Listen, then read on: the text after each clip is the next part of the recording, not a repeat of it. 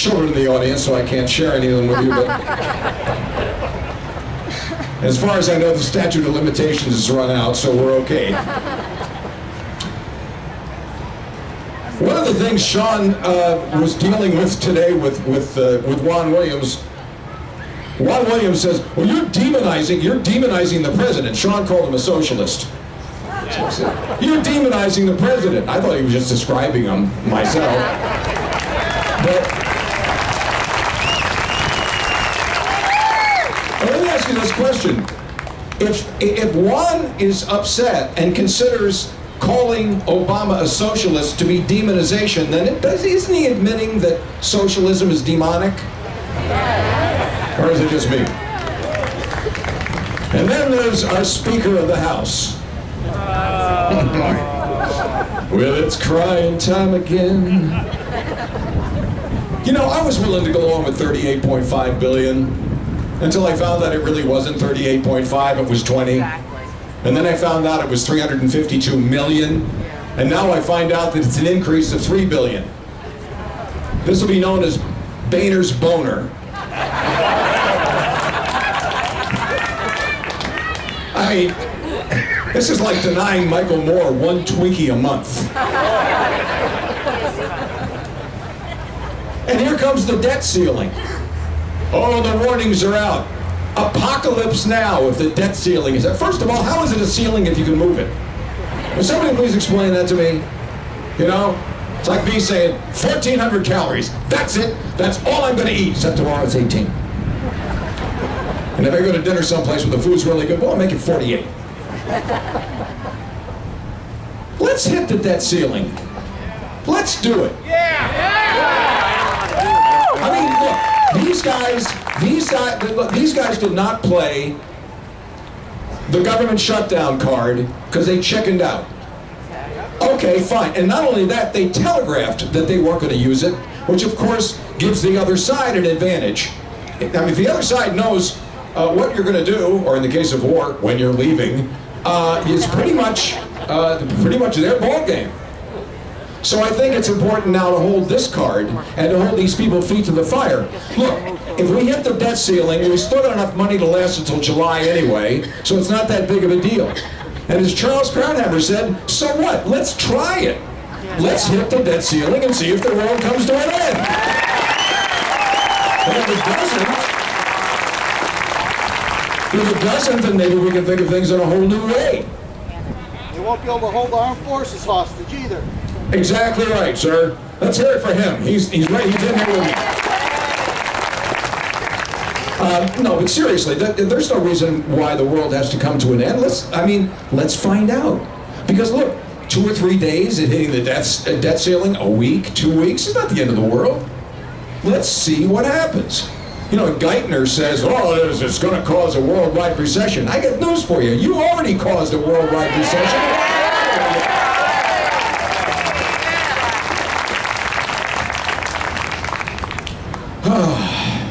Samantha Power, how's your war going? How many of you know who Samantha Power is? Okay, well, there's some of you that don't. Let me give you a quick refresher course. Samantha Power is an advisor to our marginally documented president. And she's a flat-out communist, as are so many of the people in Obama's life and around him now. And she believes in a thing called responsibility to protect. It's a geopolitical idea, responsibility to protect. It's the theory that the world as a community, and we've all seen the world community, right? It's that bar scene from Star Wars. That the world community has the right and the responsibility to protect humanity wherever it is, okay? Unless it's in America, okay? Then that's a different thing. So the idea is that it's okay for the world community to identify something going on within the boundaries of a nation state that they think is a violation of human rights, and that gives them the right to use military to go into that nation state to right whatever the wrong is, okay? Samantha Power had a meeting once with Tom Hayden, one of those old 1960s hippies. Hayden said she was just like him except for one thing. She saw war as a tool for social change. She is the one that got this whole Libya thing going. And you can tell this is war by committee. Because, I mean, if it was World War II and we had a chance to send a Predator drone in and take out Hitler before we hit the beach at Normandy, don't you think FDR would have done it? So why are we nibbling around at the edges here? Of course, and I mean, Gaddafi's running around in a convertible having parades. Kill him already! He's already killed 300 of us, so kill him. Kill him and get it over with, but they won't do that. See, this is one of those new kinds of wars, okay? This is the limited war, which is an oxymoron. There's no such thing as a limited war. A limited war means only using enough force to win, which of course will guarantee that you lose. War is unlimited by its very nature. Now, I didn't serve. I flunked my physical in Cleveland when I was a kid, and they made me 1Y. But at least I'm smart enough to know what war is about, for God's sakes. It's not rocket science. You get in there and you win it as quickly as you can. You make it as miserable for the opponent as you can, and you get it over with. It's the most humane thing you can possibly do.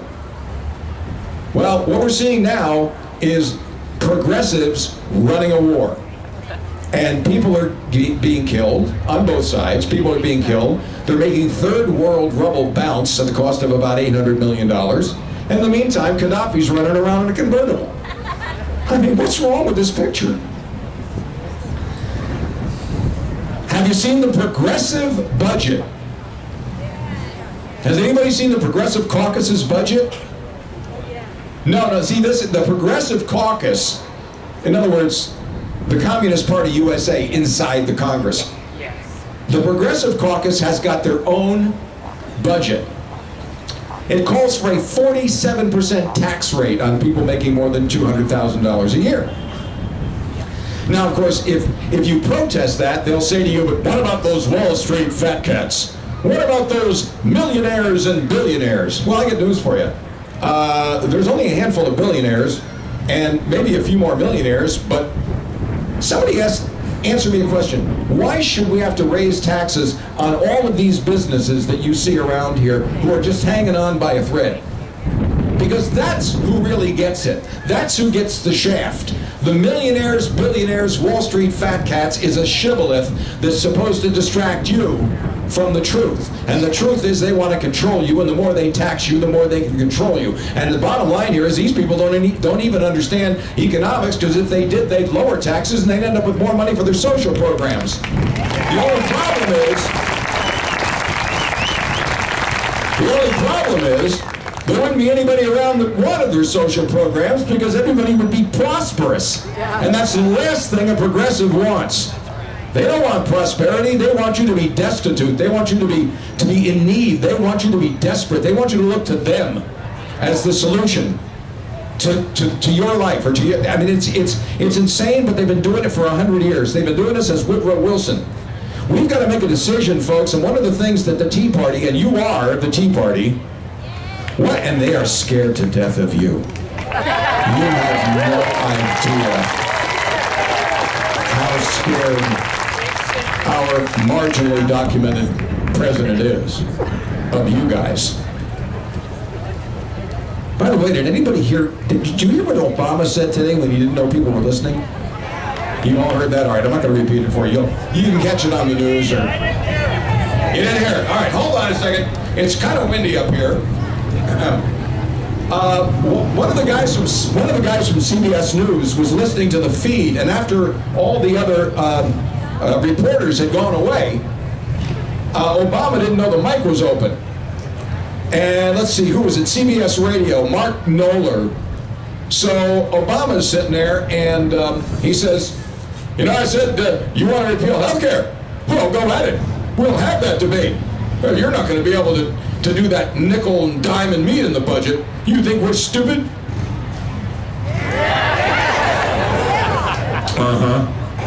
And then he went on to say, look, let them see if they can override my veto. Just bring it on.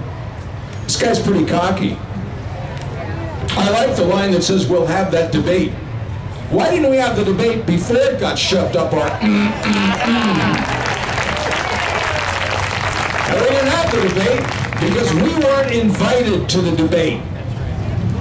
But now everybody's invited because, well, the November election was for bipartisanship, right? It was for all of us to get along. It was like Rodney King, you know? Get along. You notice, it's only important for us to get along when Democrats lose. You ever notice that? Bipartisanship is only important when Democrats lose.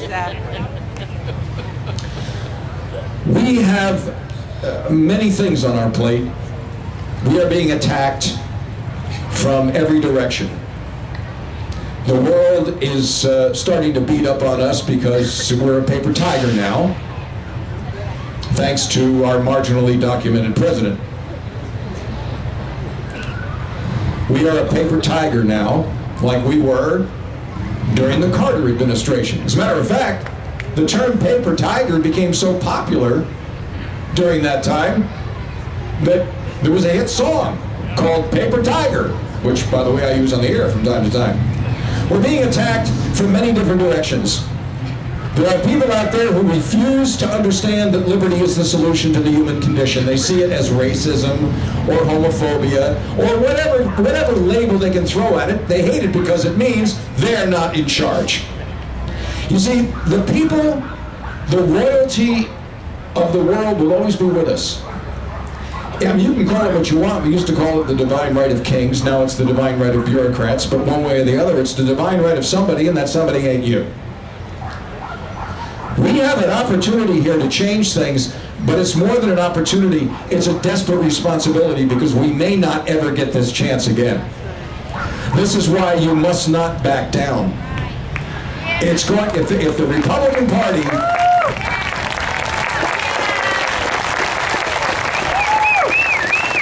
If the Republican Party doesn't get the message, then there's going to have to be a third party, and I don't want to see that. Because a third party always splits the vote, which means we always lose until sometime in the future when the Republican Party goes the way of the Whigs, and then we get a crack at it. But it's long and painful. I'd like to skip that part if we could. But John Boehner and the rest of the people in the Congress of the United States better start understanding that we're serious this time, and we're not taking no for an answer.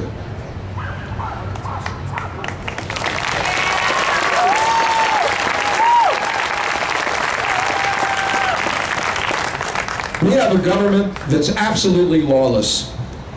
They don't care about the law. A judge issued an injunction against the moratorium on drilling. So what did Ken Salazar do with his cowboy hat to make us think like he knows something about Western lands? What did he do? He issued an almost identical moratorium and said to the judge, kiss my you-know-what. The judge held him in contempt, and the Justice Department said,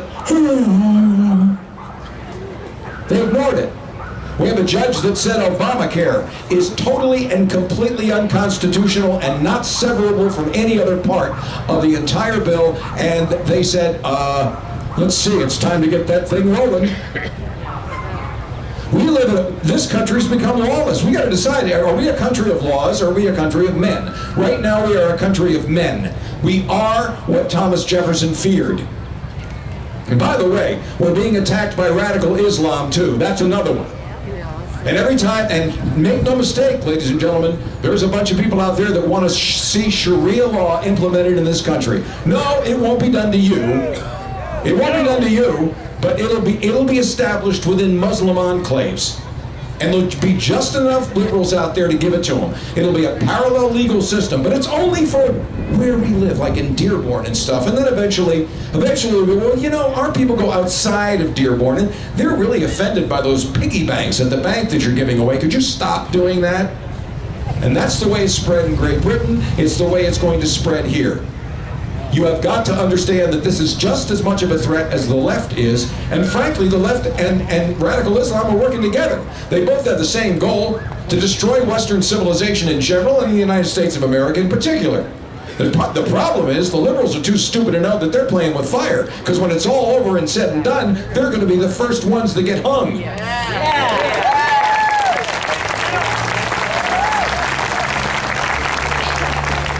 From the halls of Montezuma to the shores of Tripoli. Let's see, Shores of Tribute. What was that about? Oh, that was about the Barbary pirates.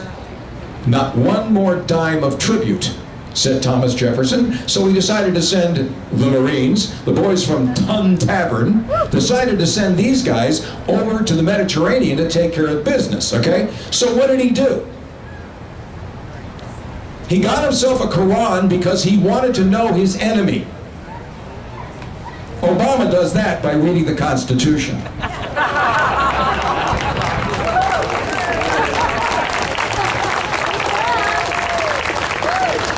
I don't know if you heard the story I read this morning about the Council on American Islamic Relations.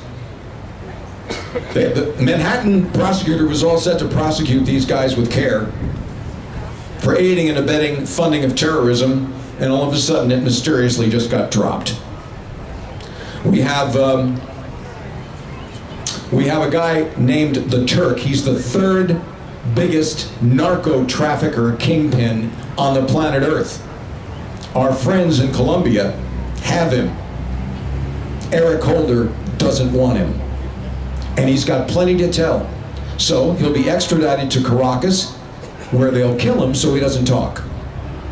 He's got the goods on Chavez. Unfortunately, I think, well, frankly, if you listen to Obama's speech, except for the big ears, it is Chavez.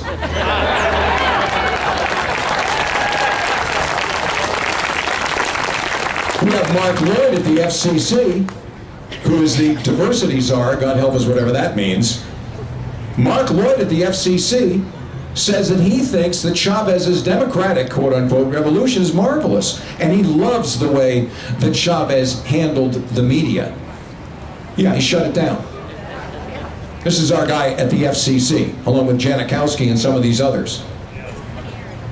The House of Representatives voted to end the FCC's involvement with regulating the internet. A judge told the FCC, you can't do that, but they're going to do it anyway, because we're not a nation of laws anymore. We're a nation of men. A nation of men who have a vision, and they're going to impose it upon us, and the law can be damned. Eric Holder was the guy also that let the, the FALN out onto the streets of New York. The murdering FAFLAN onto the streets of New York. For what reason? To help Hillary get the Hispanic vote? We live in a lawless country. The new Black Panther Party refuses to prosecute them, and they were engaging in voter terrorism on black people. And now we have, I think it's it's House Bill 679. Is it 679? Thank you. You remembered, I didn't. That's okay, he's young and I'm old. It's Senate Bill 679. This would streamline the process of confirming presidential appointments. Streamline it. Like we've already got 40 czars and nobody vetted them.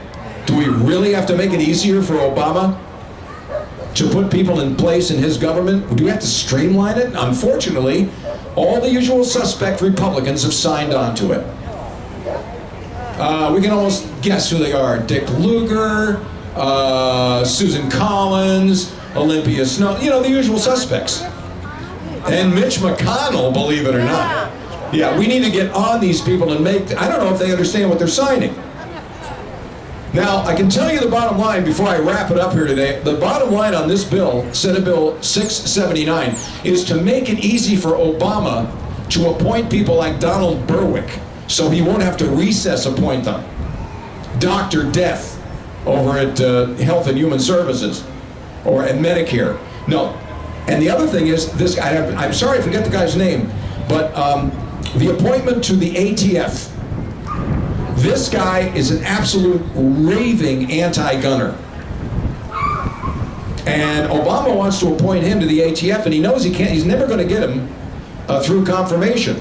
But if this Senate bill passes, it'll make it a whole lot easier to get this anti-gunner into the ATF. Now, I don't know if you've heard about Gun Runner. Anybody hear about Gun Runner? Yeah. See, there's not a lot of people that have heard about it. I'll give it to you real quick, and then I'll wrap it up. If you remember about a year and a half or 2 years ago, No, it's about a year and a half ago. Some stories were starting to float around that American guns from American gun stores along the border were flooding into Mexico. And the cartels were getting a hold of them. And our gun laws apparently were not stringent enough to prevent this flow, this cascade of firearms into Mexico, and it was fueling the violence of the drug cartels. So, the argument is that our gun laws are not strict enough, right? That's the template. Problem is, there wasn't any flow of firearms into Mexico. A trickle, but not a flow. So the question then arises, what are we going to do about that? Well, we're going to create our own flow. So we come up with this idea, Operation Gunwalker, Fast and Furious. It operated on a couple of names. The idea was to encourage straw buyers and to encourage the stores along the border to allow straw buyers to buy firearms when they knew they were going to the Mexican cartels. But it was all about, well, we're going to follow them because we want to see where they go. Really? And it took you 1,600 firearms to figure out where they go? They're not going to Busch Gardens. Where the hell do you think they're going? They knew where they were going, and the whistleblowers in this affair, who undoubtedly will lose their jobs and their pensions and everything else, because that's the way it always happens, the whistleblowers said, look, we sat there and watched these guns go into Mexico, and we watched the level of violence along the border going up commensurately with the amount of guns that we were putting in Mexico. All to support the template that our gun laws weren't strict enough. Do you get it? Do you get it? We actually fueled the violence along the border, and the result was that 2 of our border people are dead, murdered by guns that we let go over the border. And this is the age